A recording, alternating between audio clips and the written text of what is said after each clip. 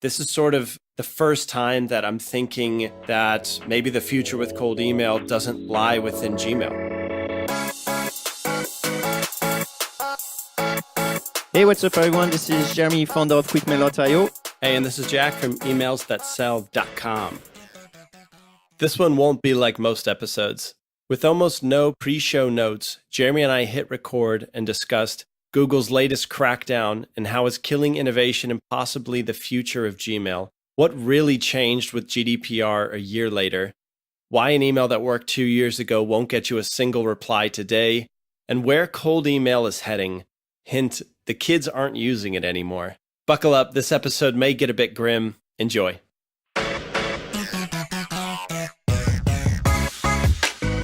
Well, let me tell you a small story today, Jack.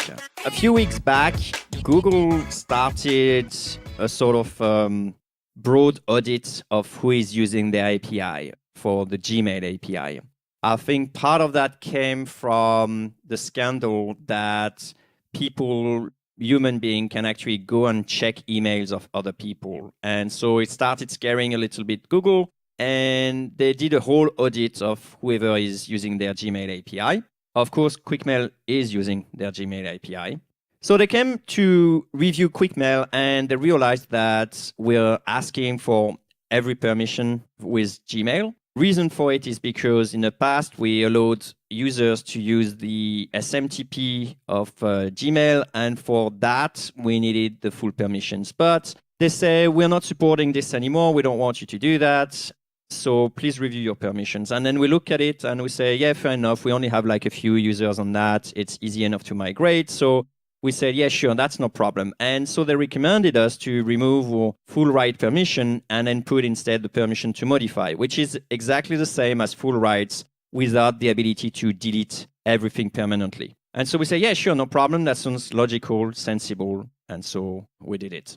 Okay, so for those of us non-technical folks out there, basically your app, QuickMail, uses some Gmail API, and there was some permissions going on that they recently changed and asked you to review again. That's right.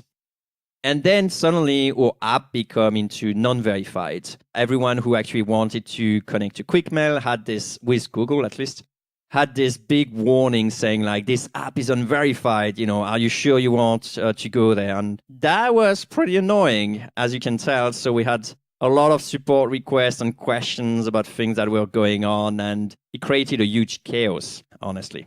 So having an unverified app in G Suite is basically like being banished to a remote island or being like a bastard child in a family, right? Like it's a tough place to be. Yeah, it was kind of very difficult at that time. But the other thing is like when you're unverified app, you can only have 100 users on it. So there are a lot of things like that. And so, I battled really hard. There's a whole story about how I even pay $300 the support for Google just to have access at their support so they can ask the other support department that didn't have any number. You do what you have to do. But the point is that now it's all back to normal. They just say, oh, we're sorry, something that happened on our end, blah, blah, blah. We give you back your permission rights. But it created obviously a lot of chaos, and that's not cool.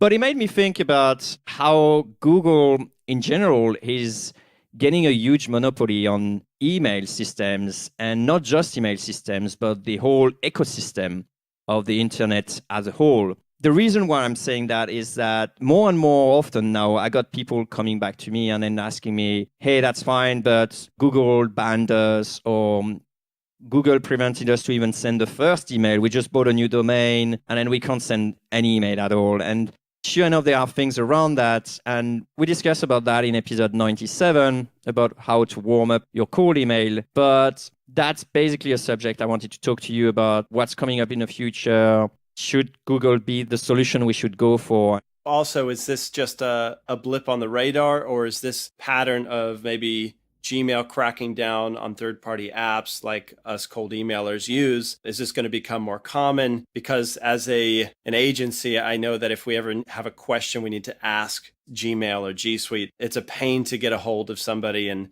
it's a little bit surprising how, though they have the monopoly here in a lot of ways, they don't particularly care about their users that much. Both the app developers and the the folks that just need some help to get a few things situated with Gmail. So let's sort of dive in and see where this is heading and if we need to rethink our relationship with G Suite. You know what? Let's look at the quick history. I'm going to do maybe like a 1-minute history. It all started, I think, with the Facebook Cambridge Analytica big scandal. Suddenly people were like aware of their privacy and how much it impacts stuff. That triggered GDPR, I believe, if I got my history book right. And then later on, Google also got caught into that scandal of human being able to watch their email inbox. And I think they're just trying to be a bit proactive around that. And therefore, they ordered this like huge audit. But on top of that, and that's something that people don't know and probably don't really care that much, but they are now going to make developer apps pay for an auditing from a separate company to audit their software to make sure that we don't do anything dodgy. And the cost will range between $15,000 to $75,000 as they announced, with a potentially, going up. And part of me is saying like, this is atrocious. So hold on there. This is basically Google saying, if you want to join in on the G Suite app space, you got to use one of our auditors. Pay them out of your pocket so that they can audit you and make sure that you're on the up and up before we let you sort of attach your app to G Suite. Basically, it's not about being on G Suite. It's about using the API for accessing emails. Got you. If you're like a small student in your dorm thinking of a really cool app about just doing something with the Gmail API, and there are tons of apps about this. Thousands, yeah. Then you're going to have to pay an auditing firm that is independent from Google, but that is selected from Google. And there is only very few of those. So the price is actually, atrocious because they're basically having a monopoly. They can, right. And so they charge you. Actually, I think the system is they're going to assign you to one of them and then make you pay for whatever the auditing firm is requesting. So it's basically, a gun on the head and saying, pay me now. So like you said, this is going to stifle innovation. So maybe today there's still level playing field, but what happens in 5 or 10 years? Maybe Gmail apps are so far behind that if you want to use the latest and greatest, whatever mail API or mail tool, you may have to go through other places than Google to find them. That's right. So this could be the beginning of the end. I'm not sure if we're ready to say that, but it sure sounds like it's heading that direction. My point of view on this one is that it will definitely stifle innovation, that's for sure, because we're now adding barrier to entry, which is for a company like mine a great place to be in because we can afford paying an extra year's salary of a developer kind of thing to pass the auditing. And that will be like yearly, by the way, the auditing. So it's something to put in your budget, to think in your budget. But that also means like less competition for me because only well-funded company or people who have enough cash to try out will be able to afford that, which part of me thinks like it's a bad thing.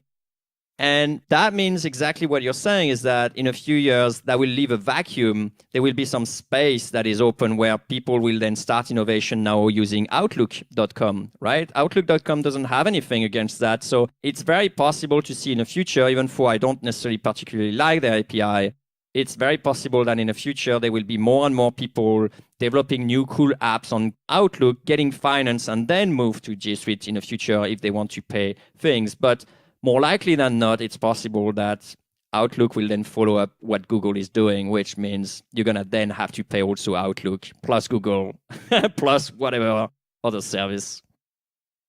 That's true. I mean, the only other thing that may save them is if Google has plans to produce a whole lot of in-house applications or features that may keep them on the cutting edge. But like you said, if you take away most of the competition, unlikely. It's going to be really hard to catch up with something like Outlook, even though that may not be where most of the innovators turn to today. That could be changing very quickly. Now, just to sort of put this in perspective, I'm not building apps for Gmail, but as an agency that sends cold email, when Jeremy mentioned this to me, I thought it was kind of fascinating because this is sort of, the first time that I'm thinking that maybe the future with cold email doesn't lie within Gmail. Maybe it's time to, in mid-2019, take an early look at other options right now so that you're not lagging behind next year when other options are more available in other places. That's a really good point. At the same time, I think they will be still a very important player, and we're probably like still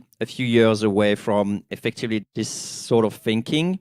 On a personal level, I think that Google is probably going to get split at some point. You know, they have a monopoly on cloud almost, email, search, browser, and stuff like that. And like you say, like we mentioned, like stifle innovation, also make them the massive incumbent, which means they're less likely to innovate. The last product innovation that they had, actually, they closed most of them. If you look at Inbox, for example, they closed it in order to add more of the feature into Gmail. They're trying to consolidate things. Yeah. So they're basically adopting a behavior of defense and protection rather than actually expansion and innovation.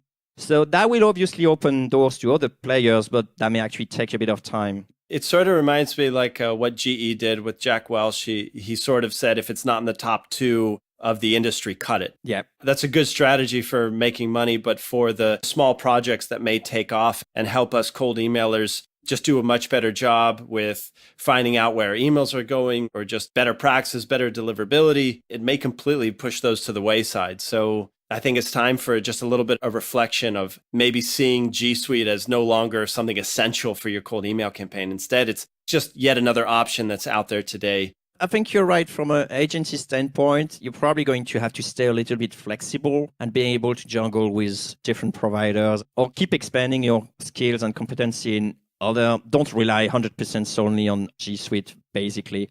And another actually interesting point, and that's very important for cold emailer out there, is that a very little known fact is the email that you're using has an impact on the email provider of the inbox you're targeting. So that, for example, if you're within the Gmail ecosystem, you can send an email to another Gmail address much easier than if you're outside of the Gmail ecosystem.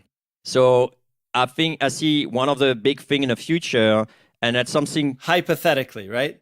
It's not hypothetical, it's actually a fact. So I see that in the future of QuickMail, for example, we're definitely going to be able to detect in advance what type of inbox you're contacting. So is my prospect going to be on Outlook or on G Suite? And then the ideal software will then determine what inbox should you call email from. So you will have multiple inboxes in your system. So I'll have like one Outlook, one work email for Amazon, for example, one G Suite. And if I want to contact another G Suite, I'm going to use the G Suite one. If I want to contact another Outlook, I'm going to use the Outlook one, and things like that. That's super intelligent and a great idea. But I mentioned hypothetical because apples to apples, if all things are equal, a Gmail address sending to another Gmail address should deliver better than an Outlook to a Gmail, for example. Totally. But I did a split test and I had better opens and better deliverability using Outlook on a very similar list. And it could be that it's not so much apples and apples. Maybe the engine that Gmail uses to send emails they're putting it through a little bit more scrutiny, and Outlook has maybe a little bit better deliverability power. I'm not sure. It was sort of a one-off test, but I think it just sounds like Gmail is cracking down. They're sort of like reining in what is being able to send a little bit harder than other options. Okay, so on the topic of cold email changes, let's look back a little bit towards GDPR.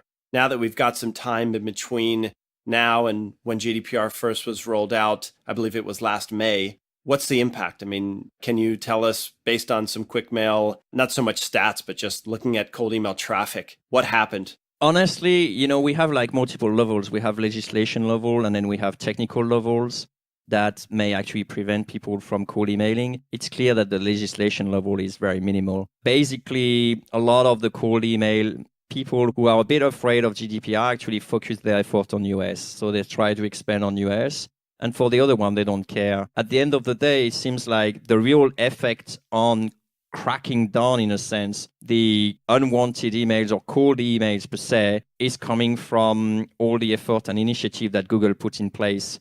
I don't think we're really that far from having people to unveil their personal identity in order to be able to email within the Gmail ecosystem. And that's why I think like this is very dangerous to have just one platform having like 80+% of the industry. It's a bit like Twitter. When you go on Twitter, you can create an avatar and then off you go, and then people don't have to know it's you, and then you can participate and stuff like that. Yeah.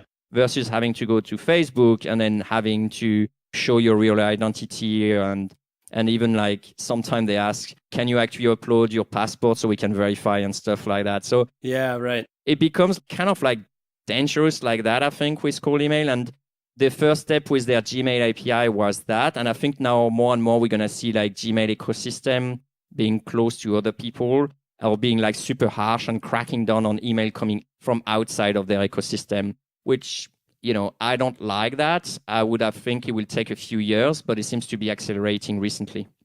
So if you're using something other than Gmail to send cold email, you may be penalized for it because Google is going to scrutinize outside emails harder, outside being not sent through Gmail. Yeah, that's what I think. And currently what we can see is that right now the advice I can give you is if you have a brand new domain and you want to start cold email, make sure you're not sending to Gmail inboxes because for some reason it's way easier to get blacklisted or not necessarily blacklisted, but prevented from sending emails because for some reason it's probably easier for Google technology to verify that, oh, you're sending the same email or, oh, your people flag you as spam more easily and things like that. You're saying no matter what email you have, make sure you're not sending to someone at gmail.com. It's actually more than that. It's not just Gmail, but it's the Gmail ecosystem. So whether you're on G Suite or using the free Gmail, you're still using Gmail on the back end. Right. And I think that they have enough monitoring and scrutiny within the Gmail ecosystem that they can figure out that you're still sending the same email or it's a brand new domain and then you start sending the few email and then it's super easy for people to flag you. So if you're sending to some other prospect, try to verify that they're not running on G Suite or Gmail for the first few emails, basically. Is there an easy way to check if someone's on G Suite or not? Currently, it's very difficult. It's actually pretty straightforward from a technical standpoint. You could go to something like MX Toolbox and then enter the domain name and then see the MX record. And the MX record is just a little entry into the DNS table. Okay, I'm like, so no, the short answer is like, not really. Like super technical word. It's actually easy when you know what it is, but they have like plenty of different names for it. It's the idea of looking at your DNS records and then seeing the specific MX field and then seeing if this is a Gmail or Google address or not, which is easy to do once you know how to do it, but more and more technology will do it. I know I'm going to include that, for example, in the next version of QuickMail. Let's look to the future here. Now that we've sort of seen this trend, Gmail's eating up more and more of the marketplace, GDPR having a marginal impact in the activity of cold email in general. What's further out in the future? I mean, are we still sending cold emails in 2 years? And what about in 10 years? I think so. But like, for example, this year, what we've really seen is that you have to have personalization or you're dead. It's just basically, you know, the old way of sending to everyone is not good. And what I mean by personalization is it doesn't have to be like, you know, a special line for, hey, Jack, you know, love your beer or stuff like that. It could be a personalization based on an audience that you're trying to reach out. Right. So only reaching out to people with, I don't know, gray t-shirt, whatever. And then you say like, you know, love your gray t-shirt kind of thing in your cold email. So it's not at a personal level for the personalization. It could still be at the group level, but make sure that it's a tiny group and not anymore like every business owner or every company in the States with 500 employees or certain revenue. It has to be more specific than that, something that you can use in your cold email to be able to do that.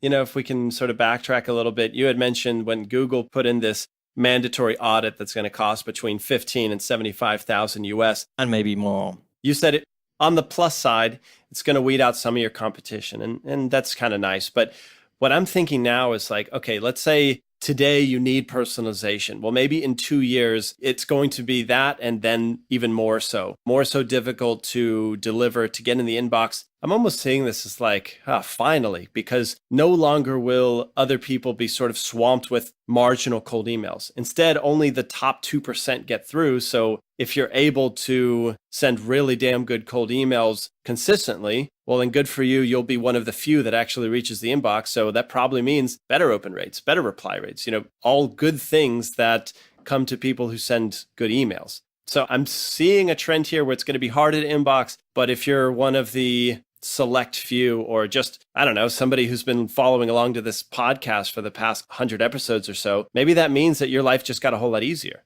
What do you think?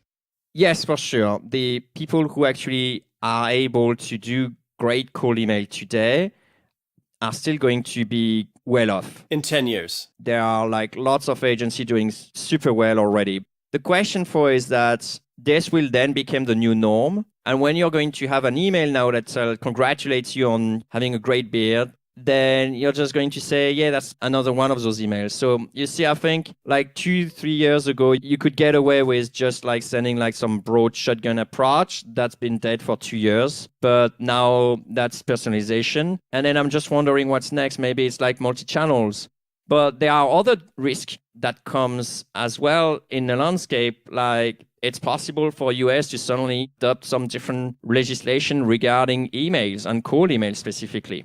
But you have to keep something in mind. It's like, what is email? Like, what's the whole point of sending and receiving emails? Why was it invented? I don't know, 1991. Like, what's it for? And at the end of the day, to sell Viagra and, and stuff, no? Right. No, it's a one-to-one communication tool, period. And so I can't imagine in 2050 that someone would never need to send a message to another person privately using something completely other than email. I mean, think of what Slack tried to do, right? They said, this is the death of email. I think that was the headline for, maybe it was a Fast Company magazine, and it didn't.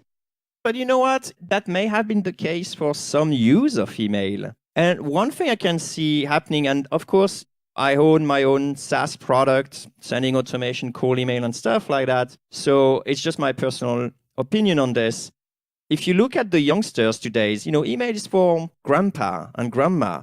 They just use all their smartphone with some instant messaging stuff. So what I can see, and especially coming from the China, for example, where I've been there, and I've seen, everyone just using WeChat.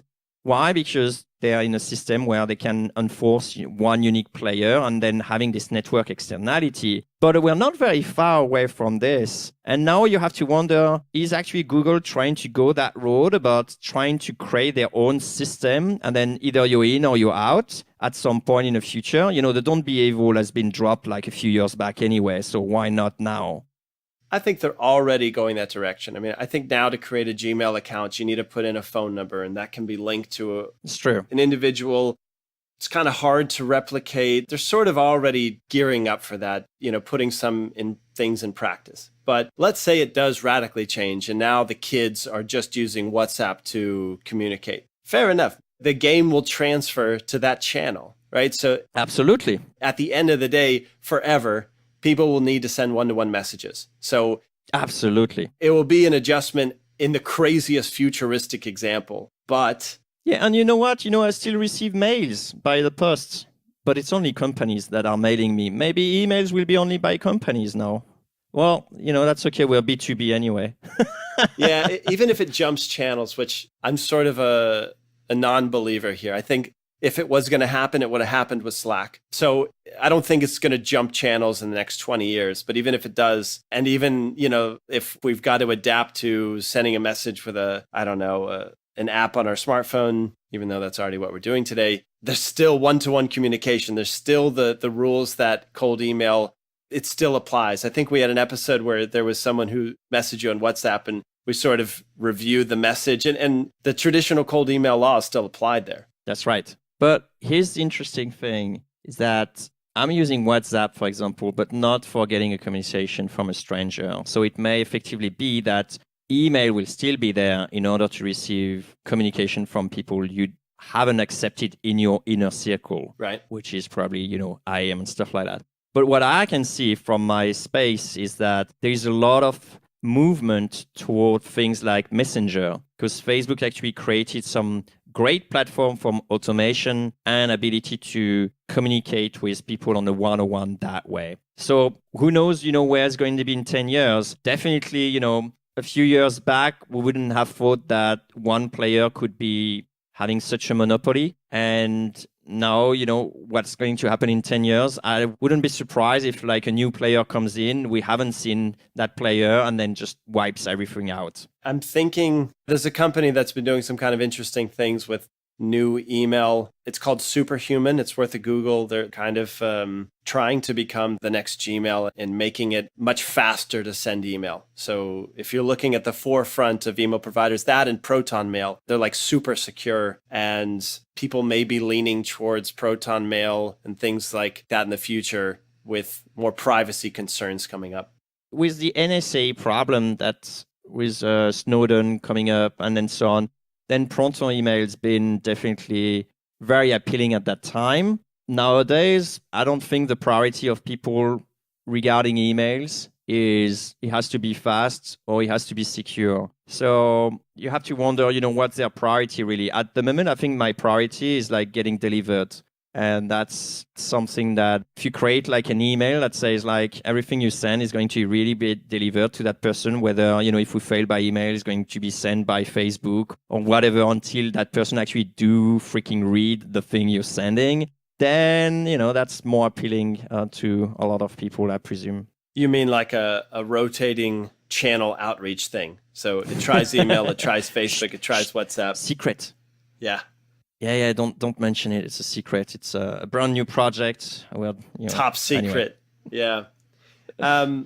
Okay, so final thoughts here. Future of cold email, changes, things we need to be worried about, things we might not need to worry about. I'd say keep at it, keep learning, keep your eyes open, and keep your options open. Yeah.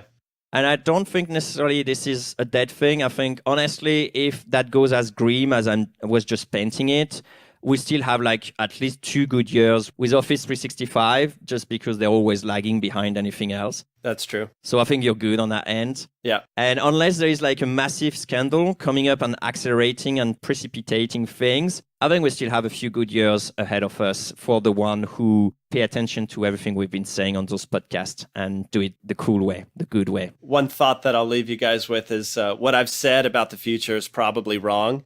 If I was really good at predicting the future, I don't know, maybe I would still be doing the podcast, but I definitely wouldn't have to work anymore or worry about anything if I knew, what was coming down the line in a couple of years. So with that, I would say stay flexible because things change. I think things are changing faster and faster as technology sort of catches up, as, whatever's going to happen with artificial intelligence. I have no idea what the next 36 months are going to look like. So just keep your eyes open and don't be too proud to change course. If for some reason Slack does take over email in the next 12 months, you can bet I'll be mastering Slack communication and cracking that game. So just stay flexible and keep learning, I think, is the best way to stay protected against what can come your way in the future. Well said. Well, great cast, Jeremy. I hope some of the things we talked about happens and some of the things we talked about doesn't happen. I hope most of it doesn't happen, honestly. Yeah, really. All right. Cool episode. Right. See ya. I think it's clear I wasn't the most positive person on earth in this episode. Truth is, I may have painted things a little bit too dark. Here are a few things to keep in mind to stay on top. Cold email still works. It can even work fantastically well. I see it every day. It's still a great tool to open doors, new market, and grow businesses. But keep your eye out for new players in the email space, as Gmail may be losing its edge. Finally, a couple of years ago, one could get away with an average cold email.